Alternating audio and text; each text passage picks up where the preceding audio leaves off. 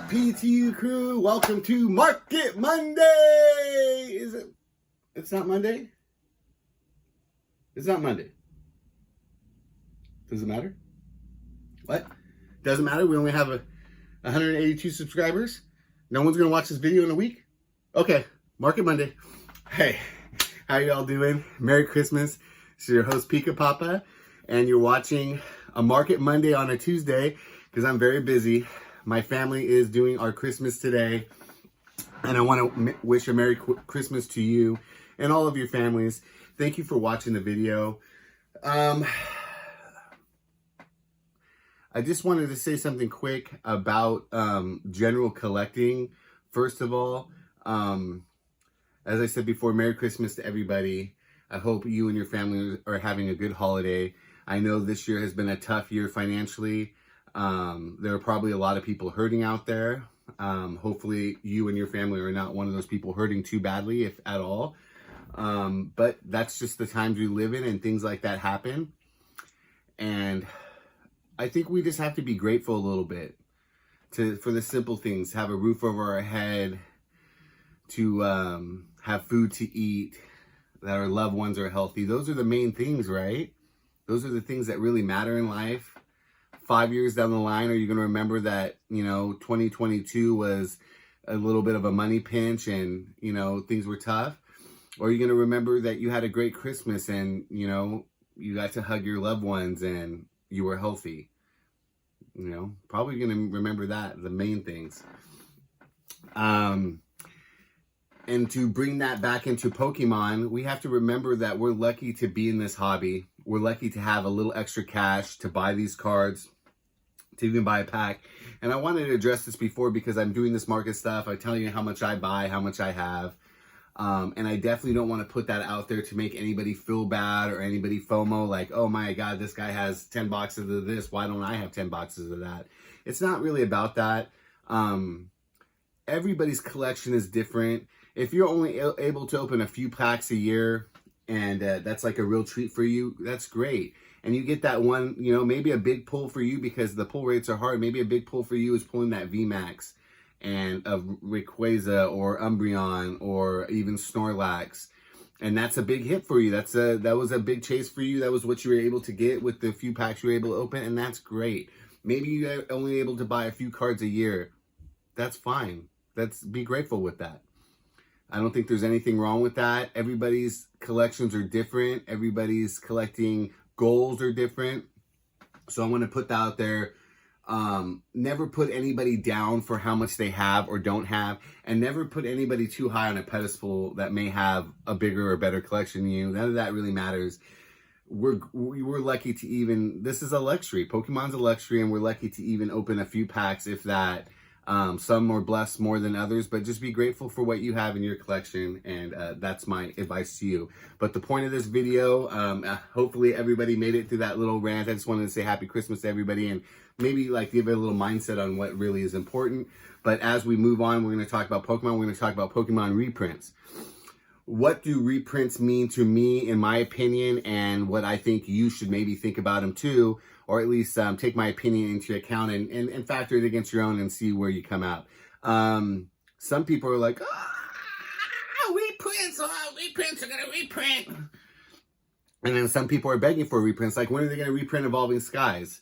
Because maybe they missed out on that reprint and weren't able to grab a few boxes at that $150, $145 price. I think it's kind of obvious where I'm going. I think reprints are great. When they reprinted Vivid Voltage and Darkness Ablaze, those boxes were getting up, they had done a little bit of a Vivid Voltage reprint, so it had settled down to that $150, $155 mark. But after that reprint, you could get them for like $120, $115, $110, maybe even a little bit cheaper than that. Same with Darkness Ablaze. And what that did was that made those people chasing for that Charizard VMAX or people chasing for that Chunkachu Hyper Rare, it gave them another shot at it. It gave people that may have missed the boat to add that to their stock, their inventory stock. It gave them another chance to go out and grab a couple boxes. I know I grabbed a couple boxes during the Evolving Skies reprint. I grabbed a couple boxes during the Darkness Ablaze and Vivid Voltage reprints. I actually got a decent amount of Vivid Voltage. I like that set a lot better than Darkness Ablaze. I think it's going to be a better set moving forward in the future. I think it's a slightly undervalued set as far as even the cards involved in it. I think the Pikachu's going down a little bit. I see that set rebounding in the future. Other reprints, some reprints are a little annoying, like when they reprint the tins, especially several times over different times, so that you'll get totally different pack selections in a particular tin. And some of the tins will have that, J22 or whatever, which tells you the year, and it's actually able to, if you really follow those reprints or do the research on YouTube and find out what people are opening in those, you could kind of figure out. But like the Mighty tins that have Fusion Strike, Brilliant Stars, and Evolving Skies in it now, those are tricky because later down the line, if you want trying to buy that Mighty tin, it's hard to tell which one you're going to get unless the seller knows which one he bought at which time, or he or she, and they're able to communicate that to you. For me, I would just stay away from those. Like, for instance, the Knockout collection that's been reprinted a few times originally had Ancient Origins and some other old pack in it. I forgot exactly which one. I think it was another X and Y pack. That was a great find. I found that 18 months, 2 years ago. And then when they reprinted them again with 2 Cosmic Eclipse packs in them, that's fire, But even if at that point, even if you fell on the old one and got Ancient Origins in that other pack, you're sitting pretty. You have 2 nice older packs for that $20, and it came with a nice little promo pack of different holographics of Lucario and Tyranitar. So that's great. But then they reprinted it a third time and it had Darkness Ablaze in it. And if you like Darkness Ablaze, that's fine. But for me, Cosmic Eclipse is one of my favorite sets. When I try to, hunt for those knockout collections later around Walgreens and CVS, it's tricky because now there's Darkness Ablaze in them, so you might get that feel bad moment. They also just reprinted the, in my opinion, it was a reprint. I don't have direct evidence for that, when they reprinted the Celebration Charizard and Dark Sylveon boxes, because they had Evolving Skies in it. That didn't originally come with Evolving Skies. It came with Vivid Voltage and Darkness Ablaze. And I know all of you guys who were opening that box en masse, like I was when Celebrations first came out, you know that.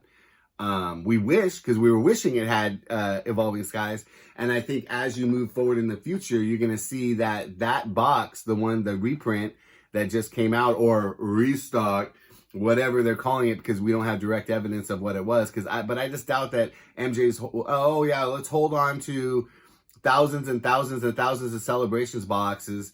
And when they usually do that, they mark them up and they sell them for more. But Walmart was still selling them for $20. So I doubt Walmart bought them for more. I'm sure they bought them at the price they normally bought them from MJ Holdings. I think that was a reprint, even though they said they weren't going to reprint Celebrations.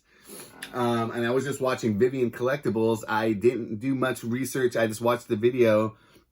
And it posted just a few hours ago, and he said there was a reprint of Celebrations. Now, he's over there in Australia, and I know the international, they get different waves. And I know Australia in particular got different waves of product at different times from us. They got reprints of different things. Like, I think they got that Darkness Ablaze reprint before we did. So the international reprint schedule is a little different. Over here in the U.S., speaking of that reprinting of Darkness Ablaze totally destroyed the value of that box. And sometimes the reprints will totally flatten stuff like they did with Shining Fates. Now with Shining Fates, everyone and their mother's starting to kind of oh, Shining Fates. And they're kind of throwing shade at Shining Fates when a year and a half ago, these people were peeing themselves over opening packs of Shining Fates. That I kind of find is silly. Just because a set's gotten reprinted to the ground and it's back down to MSRP, now it's a garbage set. Same thing with Darkness Ablaze to a sense. I never opened a lot of Darkness Ablaze, so I never had that chase or that fervor. I never got to experience that time in Pokemon. But I know during that time, people were totally jonesing over that Charizard VMAX. But then other Charizards came out that were better, and it kind of got forgotten, and now people kind of trash on Darkness Ablaze, when at one point before the reprint, when it was a little tough to get, Darkness Ablaze packs were up to $6.50 a pack. And people were like, oh, you got a Darkness Ablaze, that's good. Now they open, there's Darkness Ablaze in this. we have to remember time. And I talked about it in my last video when I told the story about the guy. Right now, that story about the guy, maybe he's hurting. Maybe he's a little scared on his Switch when he switched all his product over from Modern Horizons 2 over to Double Masters. And now he's panicking a little bit. Maybe he is. Maybe he's not. Maybe he's chill as a cucumber and he knows everything's going to come back in time. But we have to remember time. 5, 10, 7, 8 years down the line, 10 years down the line, when people are opening up Sword and Shield, it's going to be an experience for them, especially now that they're going to be switching the borders. It's going to be yellow borders. Sword and Shield is going to have the yellow borders. Everything that comes after it is now going to be like the new age of Pokemon. And the yellow borders is going to become like a quasi-modern-ish, I don't even want to say vintage, but quasi-vintage, and when it comes to that 6, 7, 8 year, 9 year mark, because when they look back at these sets, they're going to have the yellow borders. It's going to be a huge difference, and it's going to really create those nostalgic feelings for people like me who got into modern Pokemon, you know, in Sword and Shield. Later down the line, when we come back to Sword and Shield, we're going to have that real nostalgic effect looking at those yellow borders. And, you know, time marches on, and with time, the perception of packs and the perception of sets changes. And we're going to see that, and we're going to see people start to get excited about Darkness Ablaze again and Vivid Voltage again years down the line when the boxes are more expensive and more appreciated, and because they're more expensive. So price definitely, reprints have an effect on that. Some people are afraid of reprints. I think they're an opportunity. They're an opportunity for people who missed out on that first wave to get it in at a better price. And in the long run, 5, 6, 7, 10 years down the line, people are not even going to remember how many times something got reprinted. They're just going to remember, oh yeah, I got reprinted. I was able to buy these during the reprint or whatever. And 5, 6, 7 years down the line, it's going to come down to if you bought it or not, if you have it or you don't have it. I've told you before, standing on the sidelines, if you have the financial means, standing on the sidelines, trying to catch the best price, trying to catch the bottom is silly. I just think it's super silly. I'm going to talk more about this in another video. I'm trying to kind of bounce my ideas off of what other YouTubers are saying in this field of investment. And like, there's just some silly shit that people say. Like, you can't get in on the Arceus V-Box because it's at $35 right now or something. Like, you had to get in on $25, you can't get in on it. Or the same with Evolving Skies. Even if you got in at Evolving Skies today and you paid $275, $280 a box. Yeah, and they reprint it, it's going to go down and you're going to be underwater. But if you're doing it for a long-term hold, do you think in 5, 6, 7 years, Evolving Skies is going to be a $275 box? Or do you think it's going to be more? So does it matter where you got in if you're making money? Yeah, there's opportunity cost, which we talked about. And yeah, you could have bought some more of some other set, but who knows if that set even goes up as much. Evolving Skies might just skyrocket to $1,000 a box in 3 years.